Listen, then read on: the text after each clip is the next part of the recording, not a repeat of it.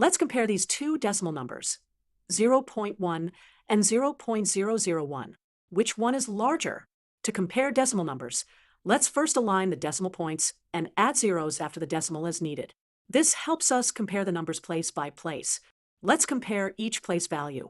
In the tens place, 0.1 has a 1, while 0.001 has a 0. In the hundredths place, 0.1 has a 0, and 0.001 also has a 0. And in the thousandths place, 0.1 has a 0, while 0.001 has a 1. Since 0.1 has a 1 in the tens place while 0.001 has a 0, we can immediately conclude that 0.1 is larger. Another way to think about this is with fractions. 0.1 is 1/10, or 1 divided by 10. 0.001 is 1,000th, or 1 divided by 1,000.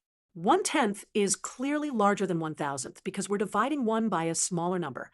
So whether we compare the decimal places directly or think about it in terms of fractions, we can see that 0.1 is larger than 0.001.